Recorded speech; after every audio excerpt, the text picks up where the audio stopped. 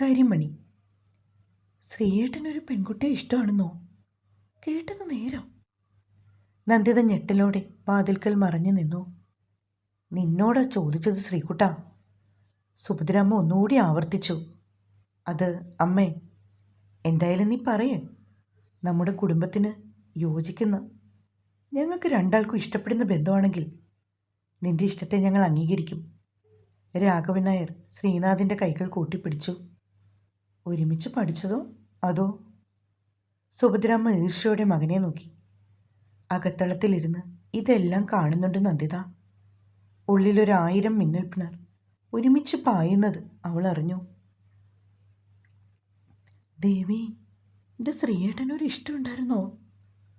കുട്ടിക്കാലം മുതൽക്ക് നെഞ്ചിലേറ്റിക്കൊണ്ട് നടന്നത് ഇങ്ങനെയൊന്ന് കേൾക്കാനായിരുന്നോ?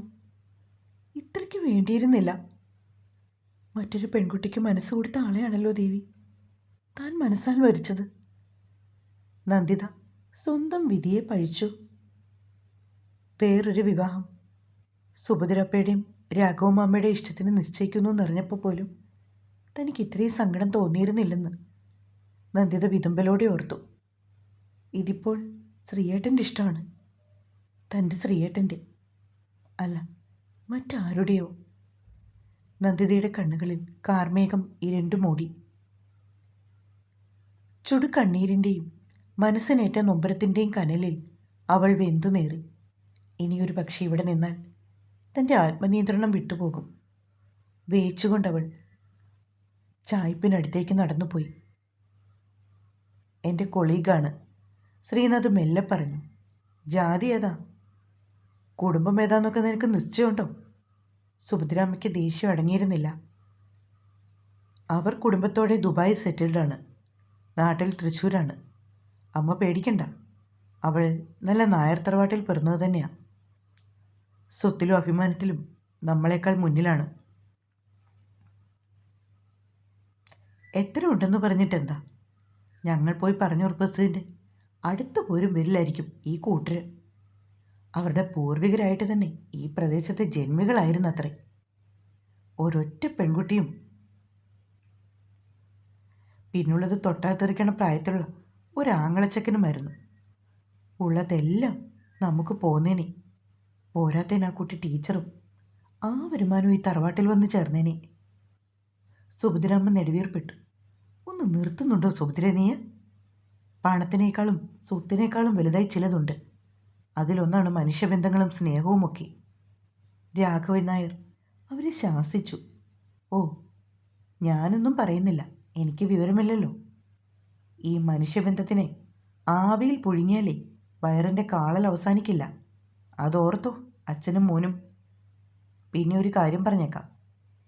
ഈ തറവാട്ടിലേക്ക് ഒരു പെണ്ണ് വലതുകാല് വെച്ച് കയറുന്നുണ്ടെങ്കിൽ അത് നാട്ടാർ കുറ്റം പറയാത്തത്ര പൊന്നും കൊണ്ടായിരിക്കണം. എനിക്ക് ഇത്തിരി അന്തസ്സും അഭിമാനമൊക്കെ ഉള്ളതാ. ശ്രീകുട്ടൻ്റെ കഴിഞ്ഞ് അതിനടുത്തുള്ള തലമുറയ്ക്ക് വരെ സുഭിക്ഷമായിട്ട് കഴിയാനുള്ളത് ഇവിടെ ഉണ്ടാക്കിയിട്ടിട്ടില്ലേ സുഭദ്രേ? പോരാതെ ആ ചായ്പിൽ കൊണ്ട് തള്ളിയേക്കുന്ന പാവം കുഞ്ഞിൻ്റെ അവകാശങ്ങൾ വരെ നീ വെച്ച് അനുഭവിക്കുന്നില്ലേ? എന്നെ കൊണ്ടൊന്നും പറയിക്കരുത്. മതി, പുരാണങ്ങളിൽ പോയി ഓരോന്ന് ചിക്കിമനിഞ്ഞെടുത്തോണ്ട് വരണ്ട. കൈവശം വെച്ച് അനുഭവിക്കുന്നുണ്ടെങ്കിലേ 3 നേരം ആഹാരം കൊടുത്ത് അന്തസ്സായിട്ടല്ലേ നോക്കണേ?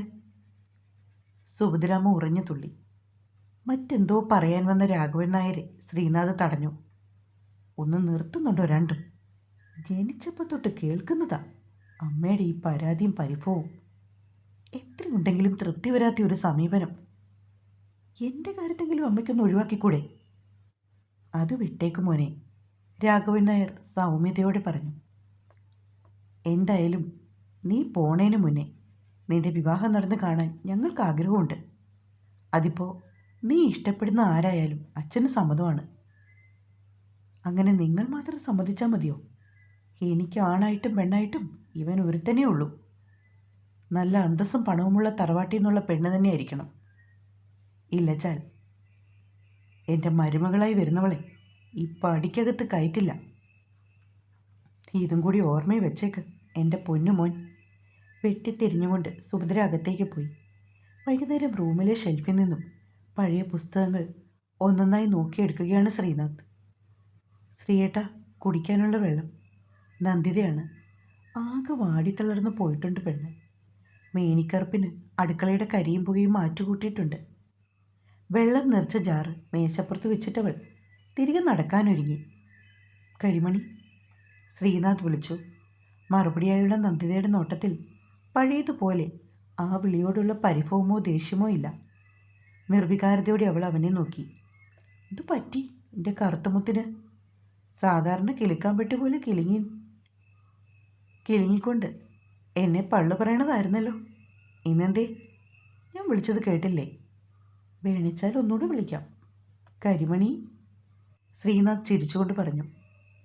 ശ്രീയേട്ടൻ എന്തു വേണേലും വിളിച്ചോളൂ, എനിക്ക് വിരോധമല്ല. നന്ദിത സാവകാശം പറഞ്ഞു. അപ്പോഴും അവൾ അവന് നേരെ മുഖമുയർത്തിയിരുന്നില്ല. ശ്രീനാഥ് ധൃതിയിൽ ജനാല തുറന്ന് വെളിയിലേക്ക് നോക്കി. എന്നിട്ട് തെല്ലൊരു സംശയത്തോടെ തിരിച്ചു വന്ന് നന്ദിതയെ നോക്കി.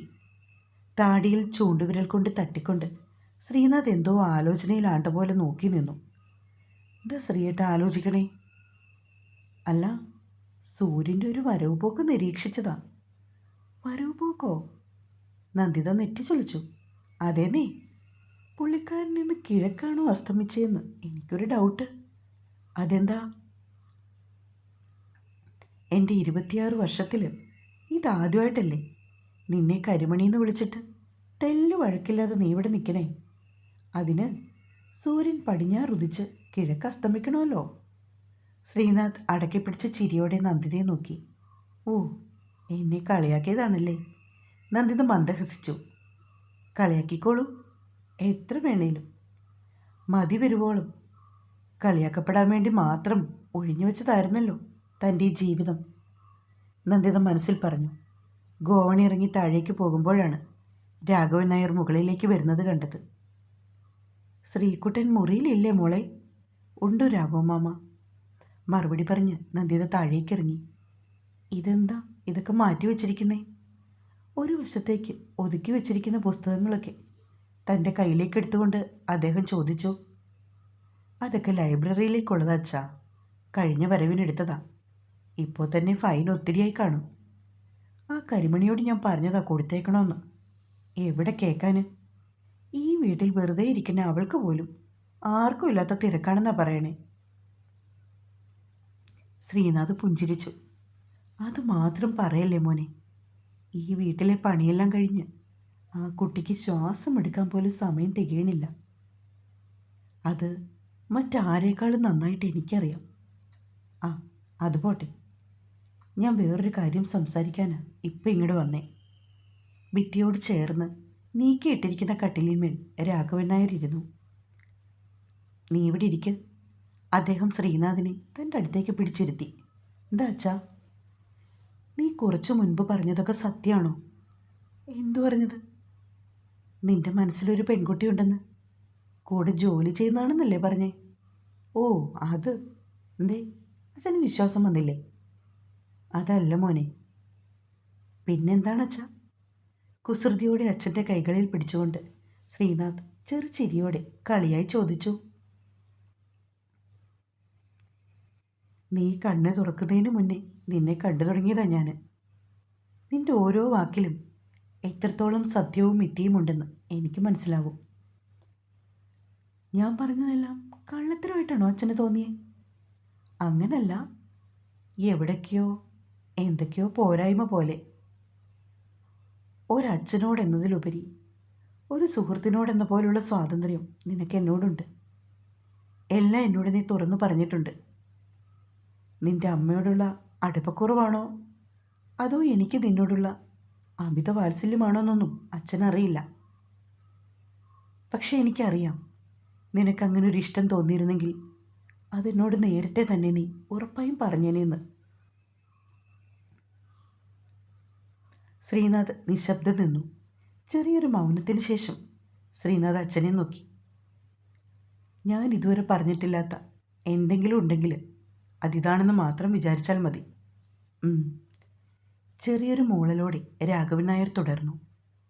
എന്നാൽ അച്ഛനും ഇതുവരെ ശ്രീകുട്ടനോട് പറയാത്തൊരു കാര്യമുണ്ട്.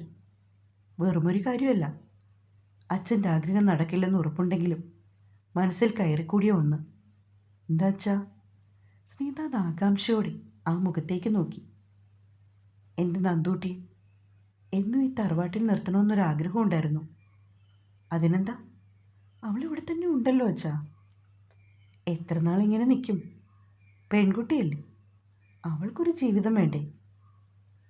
ഇവിടുത്തെ അടുക്കളയ്ക്കുള്ളിൽ എരിഞ്ഞിറങ്ങാനുള്ളതാണോ അവളുടെ ജീവിതം? അച്ഛൻ എന്താ പറഞ്ഞു വരണേ?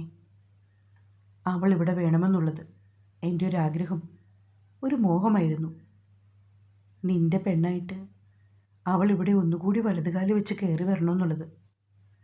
ശ്രീനാഥ് രാഘവൻ നായരുടെ മുഖത്തേക്ക് മിഴിച്ചു നോക്കിക്കൊണ്ട് നിന്നു.